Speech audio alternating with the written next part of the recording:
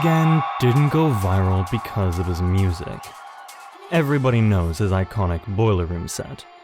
Was it perfect? Depends who you ask. Argue all you want, but you can't argue the amount of energy in that room. Love in, love out. He gives, they give back. And that love didn't stop there. It transcended our screens. It made us smile. It made us feel. That's why that set has almost 50 million views.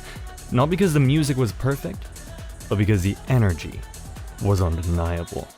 This is the story of how Fred again went from an invisible hitmaker to the global phenomenon. And it has almost nothing to do with his music. Indeed, Fred Gibson was born into privilege. His father advises the royal family. At 16, his neighbor, Brian Eno, one of music's greatest producers, took him under his wing. By his 20s, Fred was writing and producing hit after hit after hit. George Ezra, Clean Bandit, Ed Sheeran. Fred produced 12 tracks on an album with Justin Bieber, Eminem, and Travis Scott. His productions spent 14 weeks at #1 in the UK, nearly a third of all chart toppers that year. At 26, he wins Producer of the Year at the Brit Awards, youngest ever. I think of Fred as my mentor as well.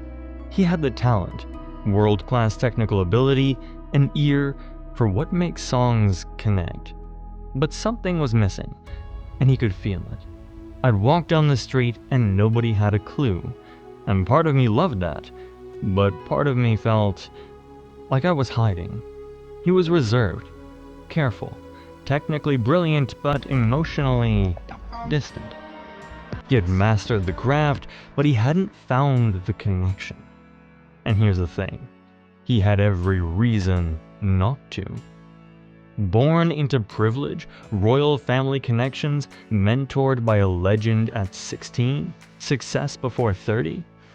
On paper, he should be insufferable, the kind of people you respect but don't feel anything for. Most people with his advantages stay distant, protected, untouchable. Fred would do the opposite.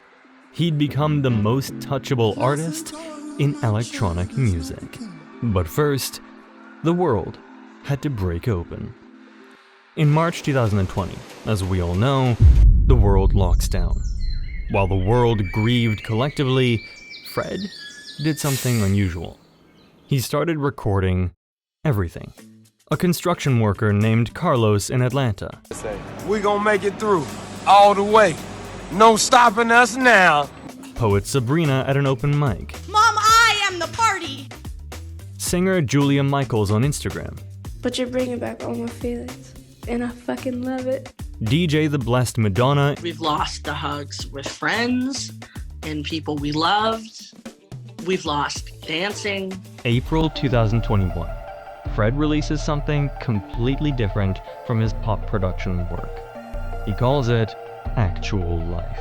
A diary set to music, real people, real moments, real pain. Maria, We've Lost Dancing, becomes an anthem. Not on the radio, on Spotify, on people's private playlists, in their late-night listening sessions. The music is resonating. The honesty is working. As Forbes noted, Fred became known for collecting samples from various sources, such as voice memos, clips from social media, and music by other artists, and incorporating them into original tracks. And here's the paradox. He's making highly individualistic content. One person's bedroom stories resonate on massive dance floors. He's kind of like the bedroom producer who brings the bedroom to the world. Then, he releases Actual Life 2 in November 2021. Then Actual Life 3 in October 2022. By this point, Fred again is no longer invisible. He's a name, he's got a following, and the music is doing well. Good even. But he's not a phenomenon yet. He's a respected artist with a cult following. Talented, honest, interesting, but not magnetic. Not yet. Let me tell you something. Harvard researchers did the longest human study in history. They spent 85 years studying one question. What makes humans truly happy? They followed 700 people from teenagers to old age, tracked everything. Health, wealth, career success, relationships. Not money, not fame, not achievement. The answer? Relationships. Deep, authentic human connection. The quality of your relationships doesn't just determine your happiness, it determines your health, your longevity, even how your brain ages. People who felt more connected to others were happier, physically healthier, and lived longer than people who were less connected. And Fred was about to prove this in real time. July 2022. Boiler Room invites Fred to perform in London. And everybody knows what happened after 20 minutes into the set. Rodney, the music stops, silence.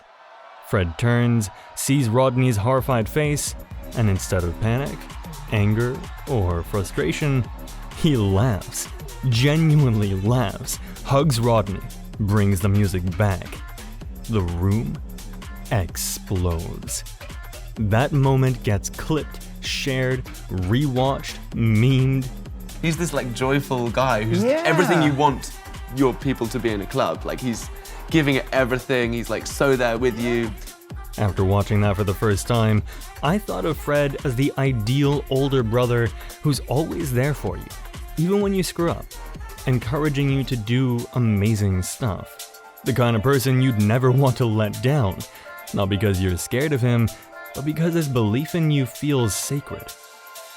Fred had been playing this music for months, same tracks, same samples, same actual life songs. People weren't just hearing Fred again anymore.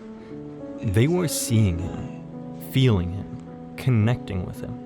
They couldn't look away. After Boiler Room, everything changed. Demand explodes. Not for the album, for him. For the experience of being in that energy field. Swedish House Mafia invites him to Sweden. Yeah, we made like 6 songs in 2 days. Turn on the Lights Again becomes a hit. But people aren't just streaming it, they're waiting for Fred to play it live. Skrillex and Fortet team up with Fred. They release Rumble. They announce a Madison Square Garden show with less than a week's notice. 18,000 tickets, gone in minutes. All for the chance to be in a room with Fred again. February 18th, 2023. They play for 5 hours. The crowd isn't just dancing, they're singing, crying, hugging strangers. Fred's in the middle of it all, feeding off the magnetism and giving it back tenfold. I've been to hundreds of shows. Nothing felt like this. It felt like church. This keeps happening. Alexandra Palace in London, 5 sold-out nights in a row. Not because he released 5 different albums, because people want to feel that magnetism again. Coachella, Glastonbury, his first Asia tour. Everywhere he goes, it's the same story. The crowds aren't just fans, they're believers. They arrive with expectations and leave transformed. Critics try to explain it. They talk about his sampling technique, his production choices, the emotional honesty of actual life. All true, but they're missing the point. They're analyzing the music, but what they're witnessing is what Harvard spent 85 years proving. Humans will cross oceans, spend fortunes, wait in line for hours, all for authentic connection. Why? Because Fred is bridging something that rarely exists, the bedroom producer and the charismatic performer. He has the relatable, humble persona of someone who just loves music, down to earth in interviews, shies from the superstar label, and the skill set to headline the world's biggest festivals. Fortet calls them the most in-demand electronic outfit on Earth. Yet Fred's vibe remains that of your earnest friend sharing an idea in his living room. That authenticity, in modern culture, that's everything. Watch any Fred Again show. Really, go and watch it. The way he moves, not calculated but completely in the moment. The way he looks at the crowd, not over them, but at them, into them. The way he smiles when they sing his samples back at him like he's hearing it for the first time. The way he recovers when something goes wrong, with joy and not frustration. This is the multiplier effect. Good music plus magnetic connection equals phenomenon. Thousands of producers make good music. Very few have this.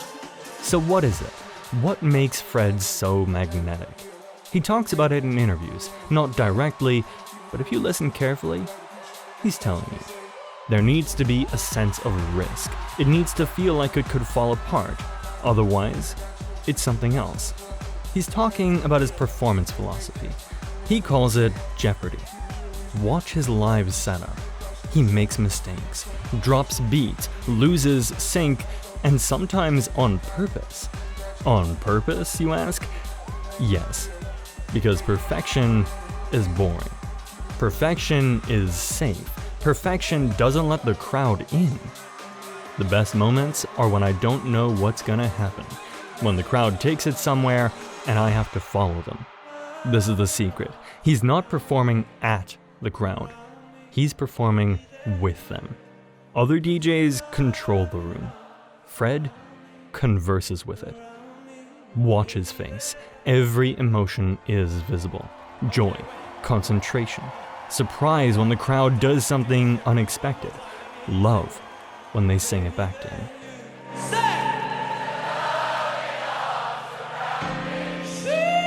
There's no mask, no performance, just presence. Complete, vulnerable, magnetic presence. That's why the Rodney moment matters so much. It wasn't scripted, it wasn't a bit, it was the most authentic possible response to an unexpected situation. And the world saw someone being completely, radiantly human under pressure. That's the right frequency we should all operate at. That's what science says we're all searching for. It's not technique, it's not tricks, it's not even the music, really. It's the willingness to be present, completely vulnerable, and completely alive. In a world of curated perfection, of calculated performances, of everything hiding behind their carefully constructed image, Fred shows up as himself. Messy, imperfect, real, undeniable. He can't fake that. He can't manufacture it. He can't bottle it and sell it. You can only be it. Fred Again went crazy successful because of his music. Yeah, let's be clear about that. The actual life albums are brilliant. Maria is a masterpiece. His production is world class. But that's not why he's a phenomenon. Only one has his presence. The music opened the door, got people's attention, made them curious. But his presence and his ability to connect, that destroyed all the walls. That turned listeners into believers, shows into pilgrimages, an artist into a movement. I just want people to feel something true, even if it's messy, especially if it's messy. Love in, love out. That's the secret. Not the music, not the technique, not even the vulnerability. The presence, the connection, the willingness to show up completely himself, risk everything, and connect with complete strangers like they're old friends. Harvard spent 85 years proving that connection is what makes us human. Fred spent one night proving he understood this better than anyone. And that's what makes you untouchable.